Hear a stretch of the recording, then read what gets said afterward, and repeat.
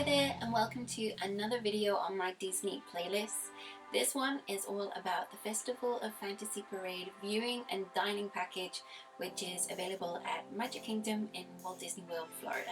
So Walt Disney World seems pretty awash at the moment with dining packages that are available. There seems to be new ones coming out all the time, but we tried this Festival of Fantasy Parade viewing and dining package in late February, so I thought I would give you our overview, experience and review on how we found it and whether we thought it was worth the money or not. So the Festival of Fantasy Parade is a must-see activity at Magic Kingdom. I would say if you are going to Walt Disney World for the first time, then it's something I would highly recommend as being one of like the top 5 things to see or do. The Festival of Fantasy Parade is a parade that comes along Frontierland and down Main Street USA near the castle daily at Magic Kingdom. Some people call it the 3 o'clock parade because it starts at 3 o'clock, but it's a parade of some of your favorite Disney characters. There's some catchy songs and some incredible floats. It's definitely a must-see. So many people line the curb probably like half an hour, sometimes even an hour depending on the holiday season, to get a decent viewing spot to watch the parade. The parade, it doesn't cost you extra to watch as long as you have your valid park ticket into Magic Kingdom that day. You can watch the parade, it's free. Well, it's included in your Disney price, nothing's free, Disney. So the Festival of Fantasy Parade viewing and dining package comprises of a 3-course meal, which in this case is a lunch, plus you'll be given access to a designated sort of roped off separate viewing area from which you can watch the Festival of Fantasy Parade. So currently the cost for this package is $54 per adult and $19 per child, bearing in mind that Disney classes a child as anyone aged 9 and under. So if you're 10, then you will be classed as an adult at Disney. Included in that price is your 3-course lunch, so you get an appetizer, entree and dessert, plus a non-alcoholic beverage. Tax and tip is not included in that price, so you will have to pay that on top of this price. So if you are doing the Disney dining plan, then this package is included in the Disney dining plan, and it will cost you 1 table service credit per person who is participating in it. We were doing the Disney dining package and we used one of our table service credits for this event. Even if you're doing the Disney dining plan, again, tip is not included, so remember to always take cash with you when you go into the restaurant. We kept forgetting, and one of us, actually my husband, always ended up having to run to an ATM machine to get the tip.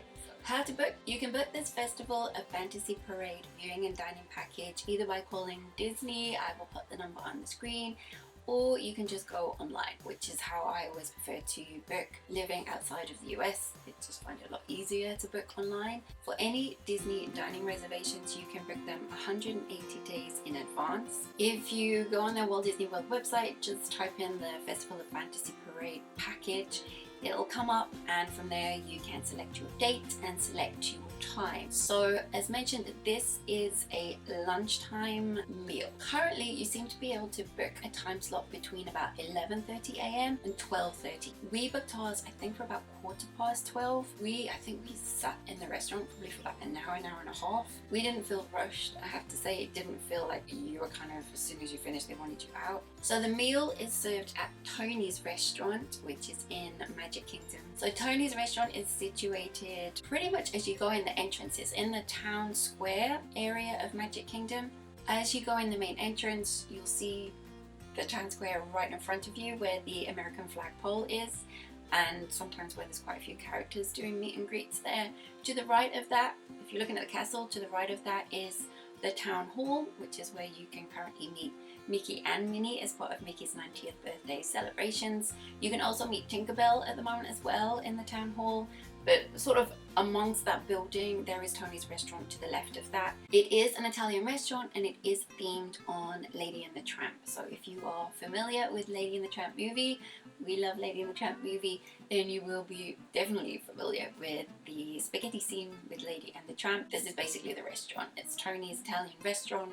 I have to say it's quite a light and airy restaurant compared to some of them, like Be Our Guest for example. We felt it was a very dark restaurant. All the parties that were participating in this dining package were all sat pretty much together. We were all sort of sat in the middle of the main restaurant area. So about the food, it is Italian, so there's gonna be lots of pasta. Now if you've ever googled Tony's restaurant, then you may have discovered that it doesn't really have the best of reviews, especially for a Disney restaurant. I think it would be fair to say that it's one that a lot of people tell you to miss. We went with pretty low expectations, I have to say, after reading the reviews, and now that we sampled the food, it was a bit of a mixed bag for us actually. Definitely wasn't one of the worst meals we've ever had, but it certainly wasn't one of the best meals we've had at Disney for sure. And I would say there's quite a lot of counter service restaurants that offer far better quality food than this particular restaurant. So for appetizer, both me and my husband had the caprese salad. That's pretty standard for us. Wasn't amazing, but at the same time it was still pretty fresh, light and tasty. For our entree, my husband ordered the day's sustainable fish, and I have to say when his food came, I got a bit of food envy, and I would definitely recommend if you like your fish, then this would be the dish to get, because his food was actually really delicious. He really enjoyed it. I ordered the chicken fettuccine alfredo. Wasn't the best, if I'm being honest. The chicken was quite dry actually, and wouldn't really recommend that one, to be quite honest. It wasn't terrible, but at the same time it certainly wasn't an amazing dish. The children's menu, our kids had the macaroni and cheese, and the other one had the spaghetti and meatballs. Neither children liked either of the food. Macaroni and cheese was a bit of a... The spaghetti meatballs, we were kind of expecting a bit more of a bolognese sauce, or just a sauce that had a bit more seasoning, or at least included some veggies. When it came, the sauce looked a bit like canned sauce that had just been sort of plunked on top of the meatballs in the middle of the spaghetti. And even our 7-year-old sort of looked at it a bit like, so yeah. For dessert, my husband and I were both pretty full from starter and main, so we skipped dessert and just had coffee. For the kids, one of them had a vanilla ice cream with some Mickey sprinkles, and the other had I think it was a chocolate cupcake with a Lady in the Tramp, like an adorable little Lady in the Tramp topping. I think the desserts for the kids were actually the highlight of the meal. So Tony's restaurant does apparently have a new head chef who is very much aware of some of these reviews and is apparently trying to turn things around. She has introduced quite a few new items on the menu, and my biggest advice if you are planning to go to Tony's would be to ask your server which are the newer menu items and go for those, because there definitely seemed to be a difference between the older item menus and the newer item menus in terms of quality. I've also read that in reviews. That's something that we definitely experienced. Big tip for the kids, if the kids have the autograph books and they're wanting to get Lady and the Tramp's autograph, so if you give your server your autograph books whilst you're there, then she might be able to take them out back to where Lady and the Tramp is and come back with a paw print autograph of them. So during your meal or at the end of your meal, the server will give you a ticket, and that's the ticket that you need to keep on you to allow you into the viewing area to watch the parade. So definitely keep hold of your ticket. So the viewing area, now I think most people during this package aren't really doing it for the food, to be honest. I mean, for us certainly it was just somewhere to have lunch, but the main reason was for the viewing area. The viewing area will be right opposite Tony's restaurant in the middle of the town square. By the flagpole, you will have the whole of one side roped off, and that's from the bottom of Main Street USA round towards where Tony's restaurant in the town hall is, sort of opposite the entrance, the railroad.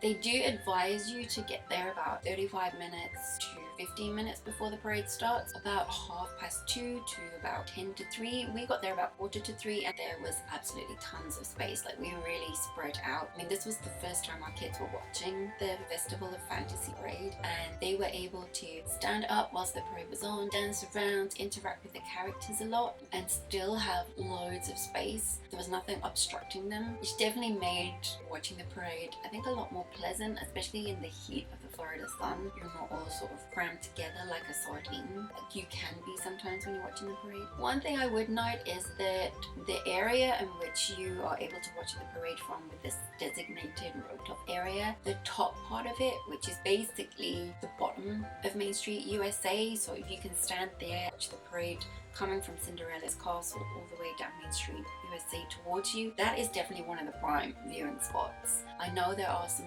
great vantage points from all around the park in which to watch the parade from, but I do think that's like quite a unique spot to watch the parade. That little area there, that did get busy pretty quickly. I mean, when we got there at 2:45, we could have gone and stood there, but you would have been a bit more squashed like you would have if you just like queued up to watch the parade. So we decided not to stand there and to go further around to the other side, which had loads of room. If you do want to watch it from that point, which is definitely a great vantage point, I would say to get there quite a bit earlier, maybe even half an hour earlier, to try and grab that spot.